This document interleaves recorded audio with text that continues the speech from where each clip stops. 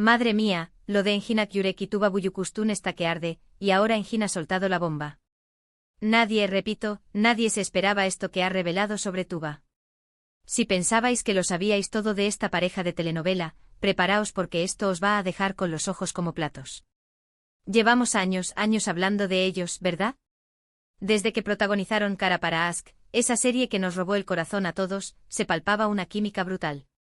Y claro, los rumores de romance no pararon, que si se gustan, que si no, que si lo suyo es solo profesional, pero ahora hay, amigos, que eso se veía a kilómetros. Pero siempre mantuvieron un perfil súper discreto. Demasiado discreto, diría yo. Ahora, boom. Enginak Yurek, que es más reservado que un secreto de Estado, suelta la lengua. Y no es una tontería, no. Ha contado algo que cambia todo el panorama. Para ser honestos, yo siempre sospeché que había algo más, porque esa conexión en pantalla y de eso no se finge tan fácil. Pero lo que ha dicho Engin, uff. Él ha estado en una entrevista, y cuando le preguntaron directamente sobre Tuba, en lugar de salir por peteneras como siempre, se ha puesto serio y ha dicho algo así como, hubo un tiempo en que las cosas eran diferentes. Compartimos una conexión muy profunda, más allá de lo profesional. Pero el tiempo y las circunstancias nos llevaron por caminos distintos, y se quedó tan tranquilo el hombre. ¿Que las circunstancias nos llevaron por caminos distintos? Engin, por favor, desenróllate un poco más. Lo que yo creo que está pasando aquí es que Engin, después de tanto tiempo, quiere poner las cartas sobre la mesa. Quizás está cansado de que se especule, o quizás simplemente siente que es el momento de ser honesto con sus fans y sobre todo con él mismo.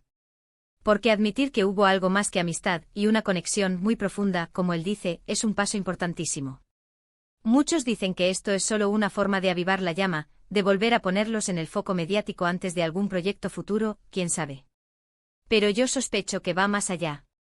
Si Engin se ha atrevido a decir esto públicamente, es porque algo realmente significativo ocurrió.